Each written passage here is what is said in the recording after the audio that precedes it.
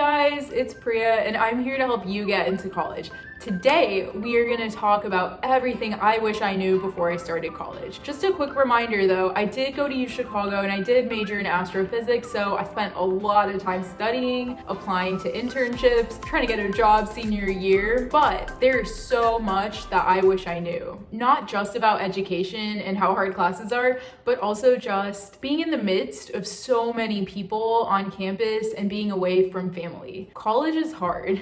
And I'm here to tell you the unfiltered truth about the things I wish I knew and was more conscious of before I started college. The first one, find yourself in the crowd of people. Find out what you really like, what you care about, not what your friends care about, not what your family cares about, but what you care about. You're surrounded by so many people and so many like-minded people because colleges usually have some sort of underlying factor in the people that they choose to put together on campus. It's easy to fall prey to the popularity complex that is honestly amongst everyone on every college campus, every high school, every middle school. Honestly, it's everywhere. In the midst of all of that chaos, all of these different people doing different things, telling you what to do, following the crowd, if you can find your clarity and you can find out what works for you, it will be the most fulfilling college experience. Going to college straight out of high school is definitely hard because there is always going to be that herd complex where you're going to be surrounded by people and you're going to follow that crowd like a herd, and you really don't want to do that in college. And I think for me, I realized that like 2 years in, that you should craft your own path and it does not need to be conventional. You don't have to do everything by the book. At the end of the day, it's your experience, not anyone else's, especially not those who you think may judge you for your actions. At UChicago, I know that it's very economics heavy. Like, I think it's about 40% of our entire graduating class ended up being econ majors or public policy majors. And that was such a common thread between different people. And me, and the opposite spectrum in science, like in physics, being one of the few women in physics, it's definitely hard to fit in. It's hard to feel like you fit in, but you don't need to fit in. You need to craft your own path that keeps you fulfilled and creates a fulfilling campus life for you. So make sure you stay true to yourself. Even if you are alone in some of your thoughts, it's okay. You want to find yourself in that crowd of people. You want to learn from the crowd, but you want to have your own opinions. The second, and this is so important, and I can't stress this enough, acknowledge how important mental health is. And this is true for everyone on every college campus. You will never get where you need to go if you don't accept yourself. Everyone goes through trying to understand themselves and understanding why things are the way they are and why their path led them here, and all of that. And especially in college, where you're kind of expected to craft your career, know exactly what you want to do after those 4 years in college, which, by the way, most people will not do exactly what they thought they would do when they started. College is where you learn what you want to do. You don't go into college knowing exactly where your future is going to take you. All of that uncertainty and that abstract nature of college and just being put in a situation where it feels like you need to decide your entire life, like the next class you take will not decide your entire life. And keeping track of your mental health, sleeping enough, going to the counselors that are on campus, all of that is so important in maintaining a fulfilling college experience, because you need to be happy to have friends, to get good grades, and to experience all of the great opportunities that college has to offer, because you worked so hard to get there. You need to stay true to yourself during that whole experience. So keeping yourself in check, your mind in check, is so important. And I'm sure every campus has a student health center where you can get counseling. That's definitely going to be at a discounted rate because you're on a college campus, and I'm sure the copays aren't going to be insane. At least for UChicago, they were not insane. So if you're in a school that has mental health facilities, definitely make use of them. Even if you think everything is going great, it's never going to hurt to just go and take some time for yourself and have a mental check to see where you're at, how you feel about things, and if there are things that you want to change, improve upon, or just reflect on. In the same vein of mental health, number 3, failure is okay. it isn't going to be the end of the world. But it happened to me my sophomore year in college where I had an F in intermediate mechanics, and I saw that and it really did feel like it was the end of the world. I never thought that I would be able to graduate with honors in the college, which I did end up doing. And I never thought I would get a job, which I ended up getting several job offers and they were all my top choices. So you can overcome that failure as long as you learn from it. I'm not gonna say that failing a class is the best thing ever and that everyone should do it, but what happened after I failed that class was really formative for my college experience. After I saw that, I thought about everything that led to that F, because it wasn't just me not studying, it was me being average and being average over and over again to the point of complacency where my grades kept slipping and slipping in that class. And I really, at the end, like I did not care about that class. I was like, okay, I'm gonna get a C in this. I'm gonna move on with my life. And I didn't get a C, I failed. And in college, no one is gonna remind you to do better. No one is gonna tell you that you're about to fail. Those are things that you need to know and you need to keep in check with your own grades. The professor has a lot on their plate and they're not gonna care about a student failing their class. Like in high school, your teacher might reach out to your parents, but in college, nope, you just fail.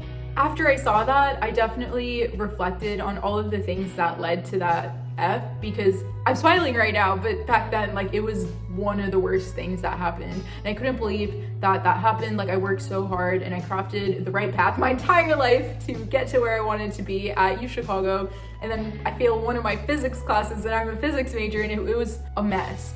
But I averaged a 3.8 GPA onwards. Like every quarter after that, I had almost straight A's. And I think failing that class really taught me what I didn't want to do. I didn't want to fall into that loop of just being okay with being average. Keeping my mental health in check was a big part of that. Just making sure I was fulfilled. I was doing things that I love doing outside of classes. Like if you're just studying all day and you're not spending time on yourself, you're not eating right, you're not hanging out with your friends, or at least studying with your friends, seeing them, you're not gonna be happy. And when you're not happy, at least for me, my grades reflect that. My grades are always a reflection of my personal life. So if I'm not happy in my personal life, my grades were definitely indicative of that. So just a reminder, failure is okay if it happens. You just have to make sure you really reflect on it, see why you got there. For me, it was a trigger to just changing the way I was approaching college, I guess. Without that trigger, it wouldn't have happened probably. So I can't say it was a bad thing for me. It was completely okay. And even when I was applying to jobs and stuff, no one ever asked me about it, but they did have my transcript. They did see that. And then they saw improvement after that. It's never going to be a hindrance to who you are as a person or your transcript as long as you make it up moving forward and you learn from it. If anything, it makes you even better. Fourth, make sure you take initiative on campus. It doesn't matter if there are 2,000 people in your year or 10,000 people in your year. If you have an idea that is going to make campus life better, not just for you, but for everyone involved on campus, definitely write up a proposal, start a student organization, join a student organization that could probably implement that, and start changing campus. At the University of Chicago, my junior year, a friend came up to me and she was like, UChicago should have an annual women's conference, like not just for women in STEM and not just for women in business, but just women across every platform of UChicago, from the MBA program to the different graduate schools to the undergrads.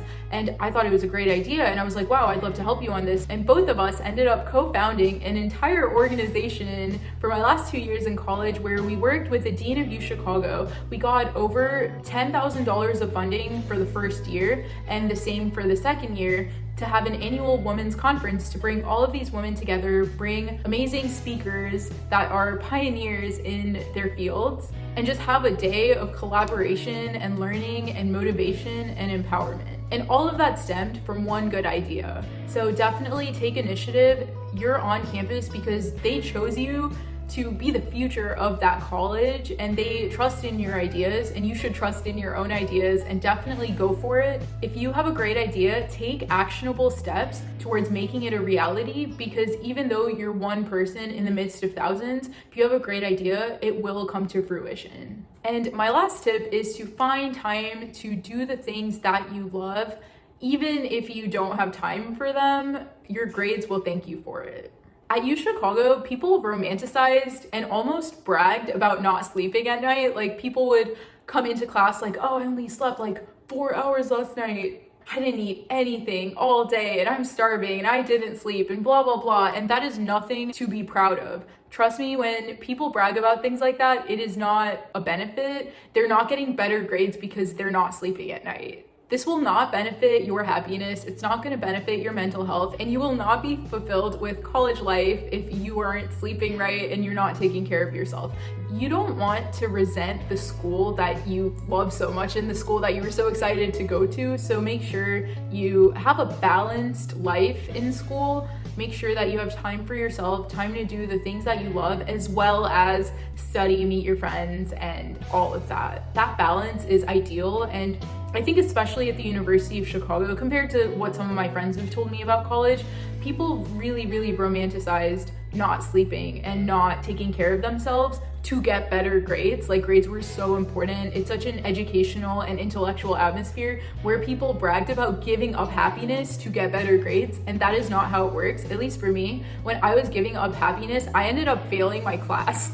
So when I started taking care of myself, I started going to the gym more often. I started going on runs. I hung out with my friends like almost every day. I tried to find time to meet them for lunch or meet them to study together in the library, and we would hang out over the weekend and go out. And that's when I had a 3.8. That's when I started a student organization. That's when I felt so fulfilled. I still got 8 hours of sleep most nights. So definitely make sure that you have that balance in college and look for that balance. Don't fall into the trap of romanticizing not sleeping and stuff. Well, that is it for me today, guys. I hope that my tips helped you or will help you when you end up going to college, and I hope you have a great and balanced and fulfilling college experience. Before I let you go though, don't forget to subscribe to my channel. I am very, very new to YouTube. Smash that like button for that YouTube algorithm if you like this video, and definitely comment down below if you do want to see certain videos from me or if you just want to say hi, because I definitely want to get to know you guys. Thank you so, so much, and I will see you guys soon.